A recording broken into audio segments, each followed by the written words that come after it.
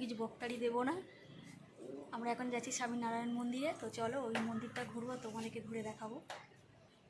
এই যে বাচ্চাগুলোর আবদার আর কি, স্বামীনারায়ণ মন্দিরে যাবো।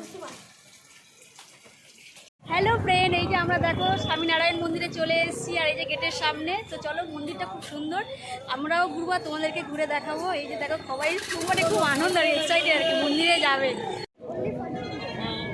এই যে মন্দিরটা তোমাদেরকে দেখাই,